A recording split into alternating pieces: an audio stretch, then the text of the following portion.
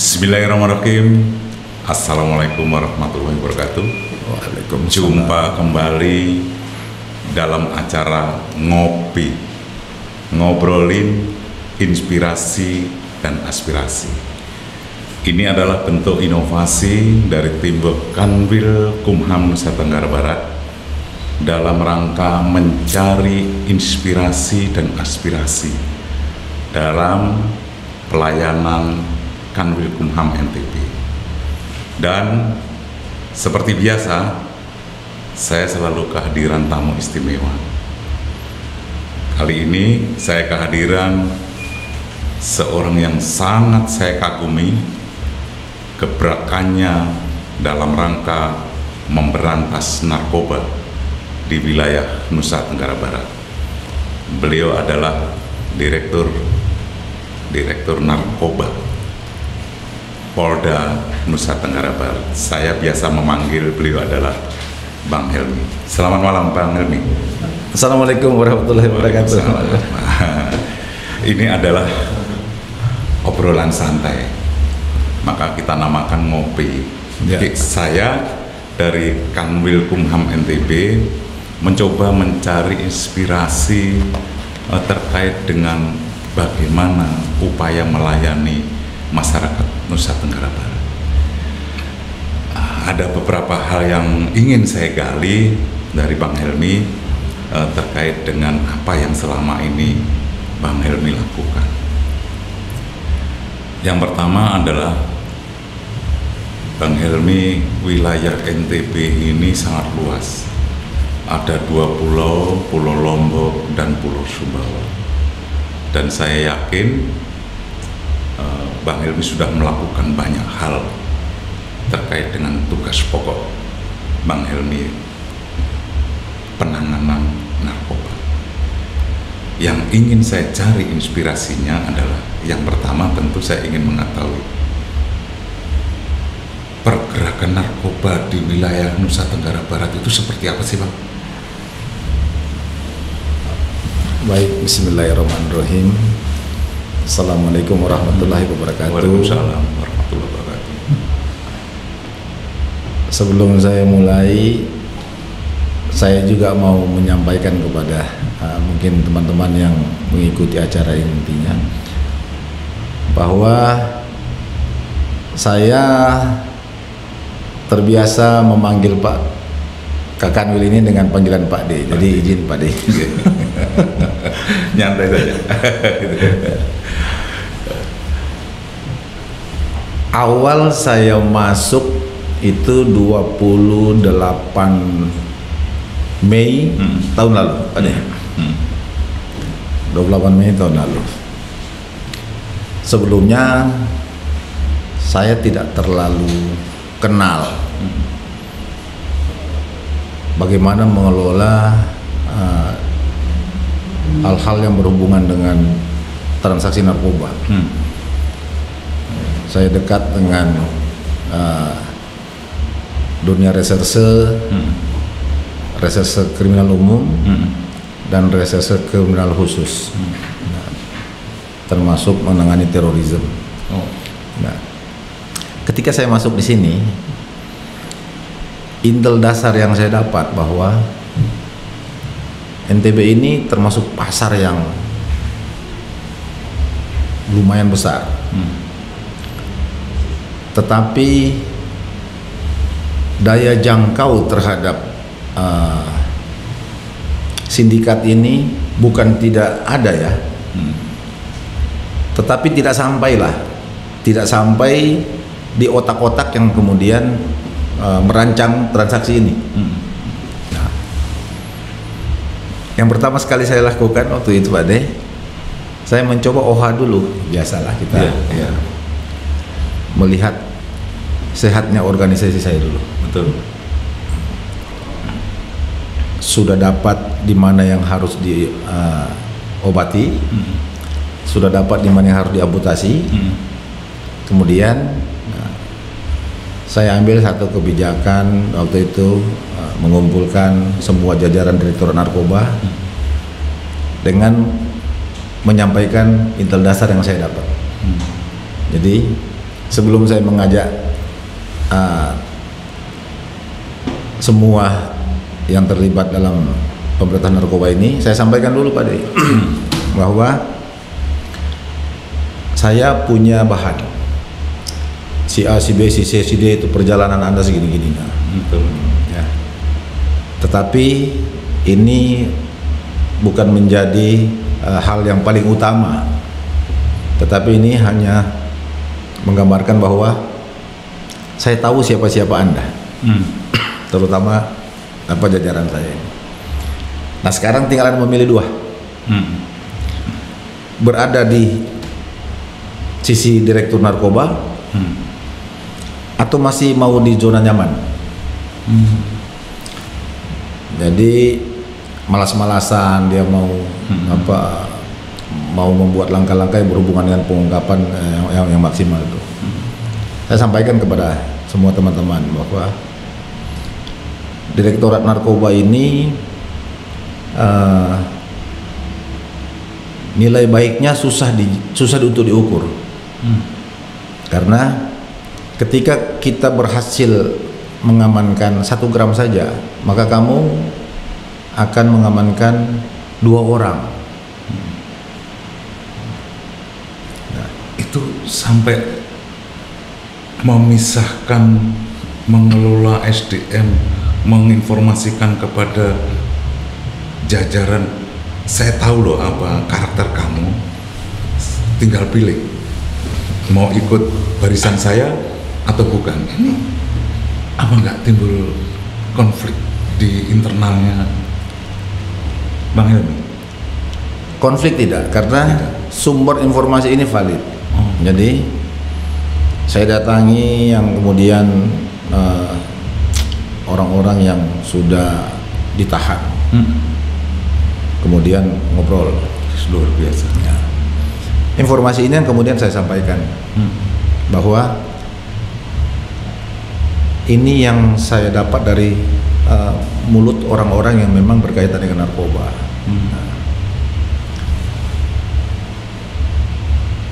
Anda mau bersama direktur narkoba atau mau tetap berada di zona nyaman? Pilihannya 2 saja. Luar biasa. Kalau mau tetap bersama dengan direktur narkoba, maka Anda harus bercerai dengan zona nyaman narkoba itu. Siap. Kita dapat satu kesepakatan bahwa saya memulai 00. Jadi apapun informasi Anda tentang si A si B itu intel dasar buat saya. Tapi kita ke depan 00. Siap. Nah, terapinya yang kemudian saya lakukan waktu itu memukul secara psikologis dulu Pak De. Okay. Saya meminta teman-teman dari Brigade Mobil. Siap. Brimob. Ya, Brimob. Untuk menjadi kekuatan utama. Siap. Sehingga wajah baru. Okay. Kemudian memilih sasaran yang paling layak dan paling patut. Yang katanya orang selama ini tidak bisa disentuh. Siap. Karangbagu, Blike, Ekmal, yang katanya kalau setiap ada penindakan dilawan. Tempat-tempat yang katanya berat itulah yang kemudian pertama sekali saya pukul Pak De.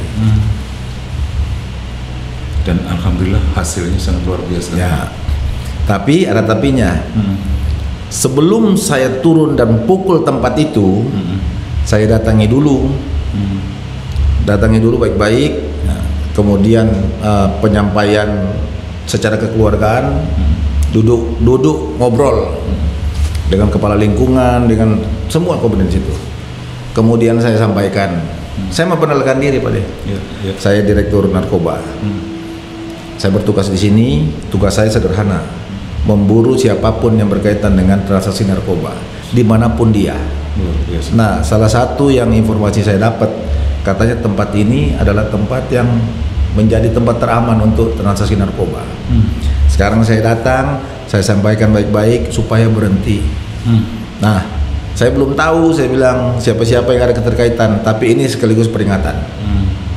Mungkin saya akan datang kedua kali, tidak seperti ngomong seperti ini, tapi saya akan datang untuk nanggap Anda. Luar. Dan itu saya buktikan Pak De.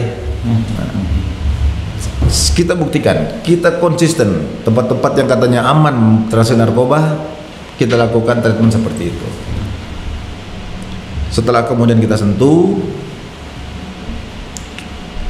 jadi bukan lagi menangkap yang memang sengaja disiapkan untuk ditangkap, Pak. Satu jaringan kita ungkap tuh, sampai dengan bandar besarnya. Kemudian perlakuan kami, ya, Direktur Narkoba itu beda. Untuk yang paling layak dan yang paling patut, nah itu yang kemudian kita pidanakan. Oke. Kalau kemudian ada dia punya pengecer yang tukang ngantar-ngantar, yang mensreanya dia hanya untuk dapat imbalan, ya. Kemudian dia pakai untuk beli dan dia gunakan sendiri, Ya. itu kita rehab. Kita rehab tuh. Tetapi bos yang profit oriented itu kita pidanakan, kita TPPU kan dia, kita miskinkan dia. Jadi saya menyampaikan kepada masyarakat bahwa sasaran saya bukan anda-anda yang kecil-kecil ini. Sasaran saya adalah orang yang menganggap bahwa narkoba ini adalah bisnis. Oke. Saya pasti dapat tangkap dia. Dan belum kesana lagi sebenarnya. Sebelum saya menangkap seseorang yang kemudian secara legitimasi di masyarakat NTB ini dikenal sebagai bandar narkoba, selalu saya peringati, Dikunjungin dulu, iya, diajak dialog dulu. selalu saya datangi. Contohnya satu,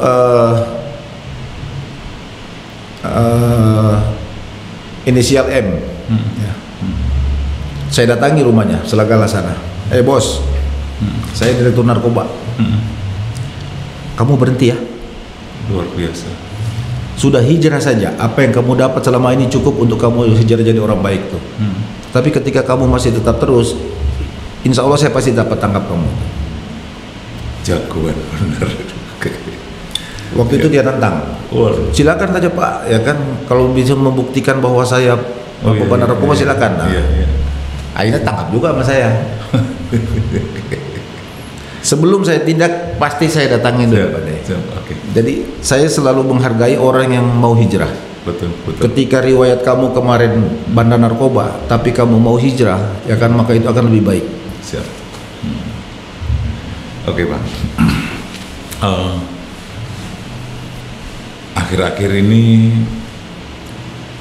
Nusa Tenggara Barat tetap menjadi banyak basis terkait dengan peredaran narkoba, dan tidak bisa kita pungkirin bahwa ada keterkaitan dengan jajaran kami di lapas, rutan, yang semua itu sebagai sarana saja, sebagai alat. Sepengetahuan, apa yang sudah pernah Bang Helmi lakukan terkait dengan peredaran narkoba yang selalu seakan-akan melibatkan orang dalam itu sebagai alat untuk transaksi, untuk itu sebetulnya seperti apa sih gambarannya? Sebenarnya kalau narkoba ini Pak De ya, tidak ada satu lapisan sosial dalam masyarakat yang tidak terjangkau oleh dia. Semua kena. Ketika kemudian seseorang itu pernah menjadi bagian daripada narkoba, iya, maka dia akan menjadi tapak jejak berlanjutnya bisnis itu. Kalau kemudian dalam konteks pengungkapan sindikat narkoba, saya harus akui bahwa memang sebenarnya saya harus berterima kasih juga kepada Pak D dan teman-teman lapas tuh.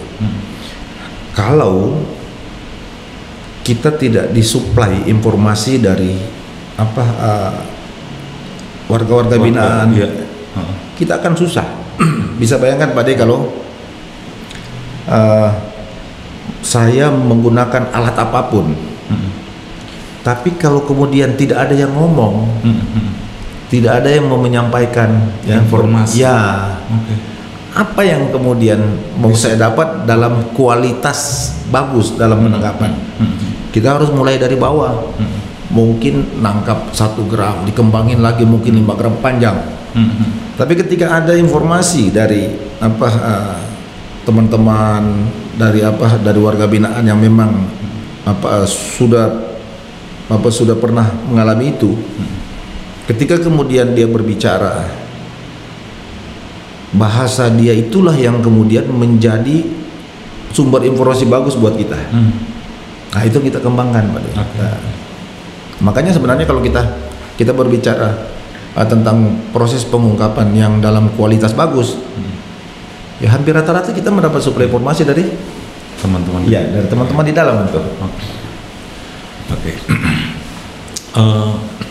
Kita juga berusaha untuk berjuang membangun sebuah citra bahwa lapas itu proses pembinaannya berjalan dan penegakan terhadap orang-orang yang pernah melakukan tindak pidana dalam hal ini pengedar maupun pengguna narkoba yang saat ini ada di lapas selalu kita lakukan. Tapi image masyarakat terhadap seorang pengedar dan pengguna narkoba di dalam itu tidak pernah putus, image negatifnya. Nah, yang saya ingin gali, kira-kira apa ya yang harus kita lakukan agar image masyarakat terhadap pengguna, pengedar, bahwa setiap manusia itu pasti punya keinginan berubah ke arah yang lebih baik. Seperti kalau Bang Helmi katakan tadi, hijrah. Kalau menurut Bang Helmi, treatment apa sebetulnya yang harus kita lakukan supaya X kalau sudah keluar dari lapas itu yang bersangkutan ya benar-benar hijrah? Kira-kira masih bisa nggak?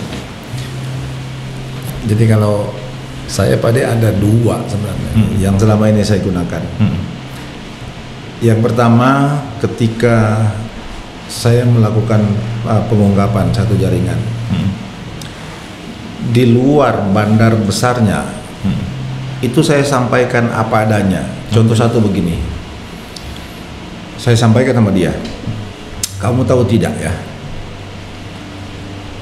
kalau bos kamu itu mendatangkan 1 kilo dari luar, ya, harga di luar itu paling mahal 300. Oke. Nah, sampai di sini harganya 1 miliar, paling murah. Jadi kalau kurangi modal sama dia 300, masih ada 700 juta dia. Dari 700 juta itu, ya 200 ini digunakan untuk entertain dia, termasuk untuk anda-anda ini. Nah, dia 500. Oke. Tetapi ketika ada penangkapan, maka anda-anda ini yang ditangkap. Dia enggak, aman dia. Nah, jadi kalian ini sengaja dikorbankan, sengaja disiapkan untuk dikorbankan. Sementara dia aman tuh. Dengan profit dia 500 itu, dia aman tuh. Yang sisanya itu dibagi-bagikan sehingga aman dia. Nah, kalau kamu itu berpikir bahwa ini orang ini menyelamatkan hidup kamu, silakan. Dengan dia kasih makan kamu seadanya itu, tapi kalau ketangkap kamu yang jadi korban. Oke. Atau kemudian kamu berpikir bahwa kamu dikorbankan, orang ini tidak beres, silakan dipilih. Itu yang pertama. Nah, maka kemudian banyak yang karena hasil pemeriksaan itu mens rea yang kita temukan bahwa dia melakukan kegiatan itu hanya untuk memenuhi kebutuhan dia, yang berkaitan juga dengan kebutuhan dia untuk memakai narkoba, itu kita arahkan untuk direhab. Nah, ketika kita menunjukkan perbuatan kita bahwa untuk menyelamatkan dia, maka hampir semua buka mulut. Betul, bos kita sih itu. Jadi hampir semua buka mulut, sehingga hampir semua sekarang bandar besar di NTB kita tangkap. Karena kaki-kakinya tahu bahwa oh iya betul, dia itu dapat uang banyak, ya kan? Kita seadanya, kita dikorbankan. Itu yang pertama. Kemudian yang kedua, bahwa yang sudah terlanjur ketangkap, diproses dan masuk. Nah, saya selalu kemudian mengatakan kepada mereka-mereka, terutama yang berkaitan dengan pengelolaan kalau kemudian mereka keluar. Di setiap kegiatan ceramah saya di kampung-kampung, di lokasi-lokasi yang berhubungan dengan narkoba, itu sering saya sampaikan kepada mereka, masyarakat, bahwa keluarga Anda, mungkin ada anak, ada apa yang kemudian sekarang sudah masuk ya, itu adalah korban yang memang sengaja disiapkan oleh bandar narkoba. Bandar narkoba. Iya, bandar narkoba. Sengaja disiapkan oleh bandar narkoba. Faktanya ya seperti itu, dia masuk tuh. Bosnya aman. Nah, sehingga tanggung jawab saya, ya kan, untuk bagaimana menerapkan yang paling layak dan yang paling patut dipidana. Nah, kalau nanti anak, adik atau kakak atau siapapun yang berhubungan dengan mereka keluar, sampaikan seperti itu. Kemudian ada kerjasama kemarin kami dengan komunitas pemuda mandiri, dengan teman-teman wartawan yang berusaha untuk bagaimana yang mantan-mantan pemakai narkoba yang kemudian kita arahkan untuk rehab, itu kita coba supaya ada profit yang mereka dapatkan setelah mereka rehab itu dari kegiatan. Kita cobalah. Nah, sehingga ketika kemudian dia tidak gabung lagi dengan dunia itu, ada kegiatan dia yang menghasilkan profit. Nah, jadi ada dua treatment yang kemudian kita selalu lakukan, yaitu membangkitkan kebencian bandar narkoba terhadap keluarga dan yang ditangkap ini. Membangkitkan kebencian keluarga dan yang ditangkap. Kemudian yang kedua, bagaimana supaya mereka itu ada juga kegiatan sehingga bisa menghasilkan profit. Oke. Pemirsa, ada dua hal yang kita ambil inspirasi dari obrolan saya dengan Bang Helmi. Yang pertama adalah bahwa dalam rangka menyusun kekuatan, kita harus tahu terlebih dahulu di internal jajaran kita itu seperti apa. Kalau kekuatan di internal di dalam kita sudah tahu persis, maka kita akan lebih mudah untuk mengajak menjadi satu semangat yang kuat untuk sama-sama membangun kebersamaan untuk mencapai tujuan. Yang kedua, komitmen. Komitmen ini ternyata penting.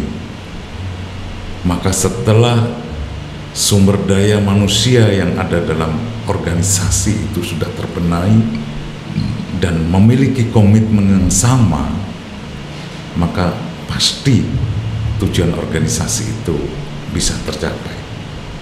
Mudah-mudahan kedua inspirasi yang kita ambil dari ngopi pada hari ini menjadi inspirasi bagi kita semua untuk lebih memahami apa yang harus kita lakukan. Terima kasih. Assalamualaikum warahmatullahi wabarakatuh. Waalaikumsalam warahmatullahi wabarakatuh.